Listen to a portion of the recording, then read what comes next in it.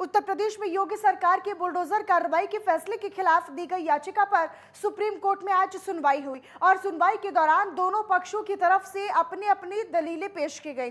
सुनवाई के बाद सुप्रीम कोर्ट ने योगी सरकार को निर्देश देते हुए ये कह दिया है कि अनधिकृत संरचनाओं को हटाने में कानून की प्रक्रिया का सख्ती से पालन किया जाए और अब इस याचिका पर अगले हफ्ते सुनवाई होगी।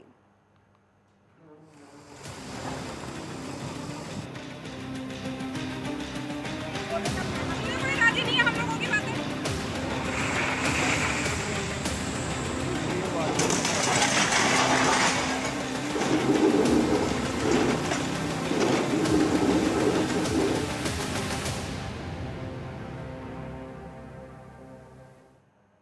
तो उत्तर प्रदेश में हिंसा के आरोपियों के घरों पर बुलडोजर चलाने के मामले में सुप्रीम कोर्ट में आज सुनवाई हुई। आपको बताएं कि सुप्रीम कोर्ट ने योगी सरकार से 3 दिनों के अंदर जवाब दाखिल करने के लिए कहा है और साथ ही साथ बुलडोजर एक्शन पर रोक लगाने से इनकार कर दिया है। साथ ही यह भी साफ कर दिया गया है कि सभी कानूनी कार्रवाई के तहत ही आगे प्रोसेस किया जाए। अब अगले हफ्ते मंगलवार को इस पूरे मामले में सुनवाई होनी है। सुप्रीम कोर्ट ने यूपी सरकार से ये कहा है कि कोई भी तोड़फोड़ की कार्यवाही कानून प्रक्रिया से ही की जाए। कोर्ट ने यह भी कहा है कि ऐसी भी रिपोर्ट है कि ये बदले की कार्रवाई है और अब ये कितनी सही है कितनी गलत है हमें ये नहीं मालूम, लेकिन रिपोर्ट्स में ये सही भी हो सकती है और गलत भी। अगर इस तरह के विध्वंस किए जाते हैं तो कम से कम जो कुछ किया जा रहा है वह कानूनी कार्रवाई के तहत तो हो। कोर्ट की तरफ से की गई इस टिप्पणी पर योगी सरकार की तरफ से भी तुषार मेहता ने कहा है कि क्या अदालत प्रक्रिया का पालन करने वाले निर्देश जारी कर सकती है। इस पर सुप्रीम कोर्ट ने यह भी कहा है कि हम नोटिस जारी कर रहे हैं, आप 3 दिनों में जवाब दाखिल करें, आप सुनिश्चित करें कि इस दौरान कुछ भी अनहोनी ना हो। आपको बताएं कि जमीयत उलेमा ए हिंद ने सुप्रीम कोर्ट का दरवाजा खटखटाते हुए कहा है कि कोर्ट यूपी सरकार को निर्देश दे कि उचित प्रक्रिया का पालन करते हुए कानूनी प्रक्रिया का पालन करते हुए बिना आगे कोई विध्वंस नहीं किया जाए।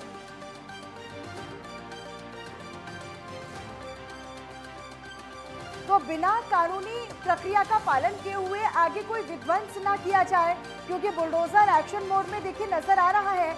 जगह जगह पर हिंसा हुई, कानपुर हिंसा हुई, उसके बाद प्रयागराज में हिंसा भड़की और ये सख्त संदेश के साथ ही योगी सरकार आगे काम कर रही है कि जो आरोपित होंगे, जो उपद्रवी होंगे उनको बख्शा नहीं जाएगा और उनकी जो संपत्ति है उनको कुर्क किया जाएगा, उसे ध्वस्त किया जाएगा। और यही वजह है कि जगह जगह पर बुलडोजर कार्रवाई में नजर आ रहा है और एक्शन मोड में बुलडोजर जो है वो नजर आ रहा है। लेकिन अब सुप्रीम कोर्ट इस पूरे मामले पर सख्त होता नजर आ रहा है। सुप्रीम कोर्ट ने अपनी भूमिका निभाते हुए ये साफ कर दिया है कि अगर कार्रवाई हो रही है तो वो कानून के हिसाब से हो।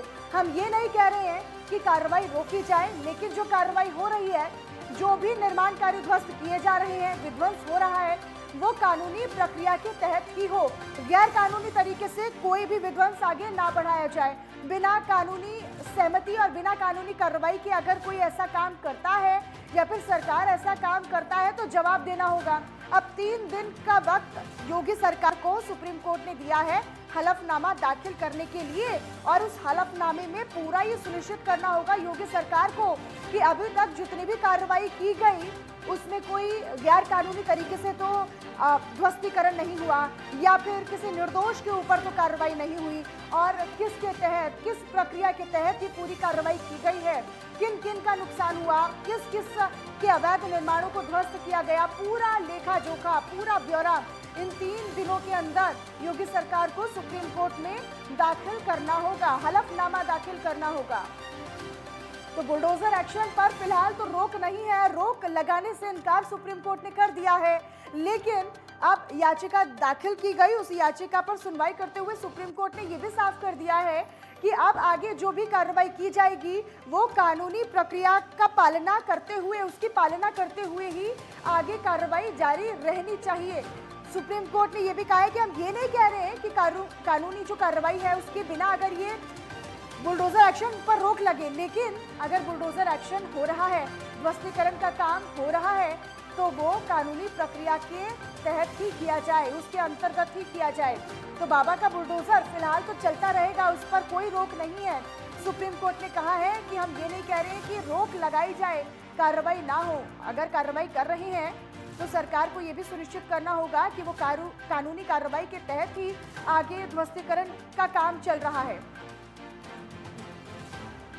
तो यूपी सरकार से सुप्रीम कोर्ट में हलफनामा दाखिल करने के लिए कहा गया है। 3 दिनों का वक्त दिया गया है। अब यूपी सरकार को 3 दिनों के अंदर ही हलफनामा पेश करना होगा।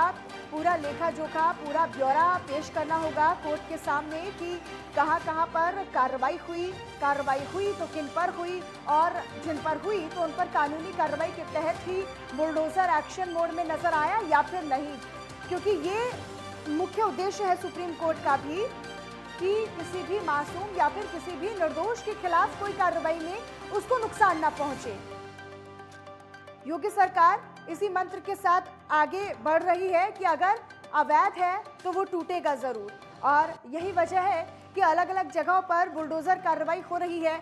हम देखते आ रहे हैं सत्ता में वापसी के बाद लगातार एक्शन मोड में योगी सरकार नजर आ रही है, और यही कारण है, यही वजह है कि लगातार बुलडोजर के माध्यम से अवैध ध्वस्तीकरण, अवैध निर्माण कार्य, अवैध कब्जे मुक्त कराए जा रहे हैं, अवैध निर्माणों को ध्वस्त किया जा रहा है। और यही ध्वस्तीकरण की कार्रवाई के तहत सुप्रीम कोर्ट में अब एक याचिका डाली गई है एक खास संगठन की तरफ से, और संगठन की तरफ से ये कहा गया है कि ये योगी सरकार ही सुनिश्चित करे कि बिना कानून के पालना के ये कार्रवाई ना हो।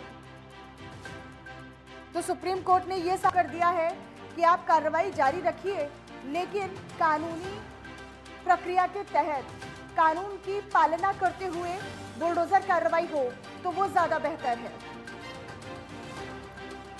तो यूपी सरकार से अब हलफनामा सुप्रीम कोर्ट ने मांगा है। हालांकि 3 दिन का वक्त भी दिया है। अब इस 3 दिन में योगी सरकार को अपना पूरा लेखा जोखा, अपना पूरा ब्यौरा पेश करना होगा सुप्रीम कोर्ट के आगे कि कहाँ पर कार्रवाई हुई, किस किस दिन किस पर कार्रवाई हुई, और अगर कार्रवाई हुई है तो क्या कानूनी प्रक्रिया को इस दौरान ध्यान में रखा हुआ, और क्या पॉलिसी है जिसके तहत ये बुलडोजर कार्रवाई हो रही है।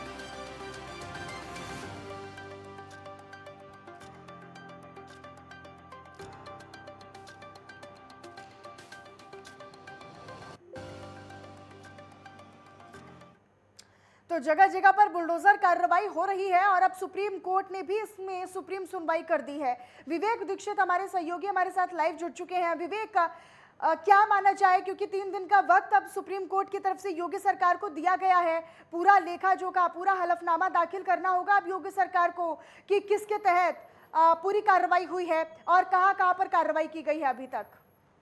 बिल्कुल, मैं आपको बता दूं, जिस तरह से उत्तर प्रदेश में हिंसा हो रही है, पहले बवाल होता है कानपुर में होता है, फिर उसके बाद इलाहाबाद में होता है, तो कहीं ना कहीं ये मामला ये सुप्रीम कोर्ट तक पहुंच चुका है। सुप्रीम कोर्ट में जमीयत ने यहाँ पर याचिका डाली थी, उसमें आज सुनवाई भी हो चुकी है, लेकिन साफ तौर पर सुप्रीम कोर्ट ने कह दिया है कि अंतिम रोक इस पर नहीं होगी, उसने साफ तौर पर इंकार कर दिया है। लेकिन सरकार को भी 3 दिनों का वक्त दिया गया है कि जो उनके पास कागज है वो यहाँ पर सबमिट करवाया जाए, उसके बाद जो कानूनी प्रक्रिया है उसके तहत काम किया जाए। हालांकि जिस तरीके से बवाल हुआ, हिंसा हुई, उपद्रवी जो थे उनकी पहचान करने का पूरा प्रयास कर रही है उत्तर प्रदेश पुलिस, उसमें भी लगी हुई है। हालांकि साफ तौर पर सुप्रीम कोर्ट ने कह दिया है कि इस पे कार्रवाई होगी, लेकिन जो नियमों के अनुसार जो कार्रवाई होगी उसके तहत कार्रवाई की जाएगी। विवेक, निश्चित तौर पर ही अगर सुप्रीम कोर्ट ने इस पूरे मामले में दखल दिया है तो निश्चित तौर पर ही एक बड़ी शिकायतें मिल रही होंगी सुप्रीम कोर्ट में भी कि कानूनी प्रक्रिया का ठीक तरीके से पालन नहीं हो रही है, उसका पालन नहीं किया जा रहा है और कार्रवाई हो रही है। ऐसे में निर्दोषों के खिलाफ भी कार्रवाई हो रही है। क्या इस तरह की कोई शिकायतें सुप्रीम कोर्ट के पास पहुंची जिसके बाद सुप्रीम कोर्ट ने इसमें दखल दिया? बिल्कुल, मैं आपको बता दूं, सेक्रेटरी जो जनरल है, जो तुषार मेहता है, उन्होंने साफ तौर से कह दिया है जो कार्रवाई की गई थी अब तक, जो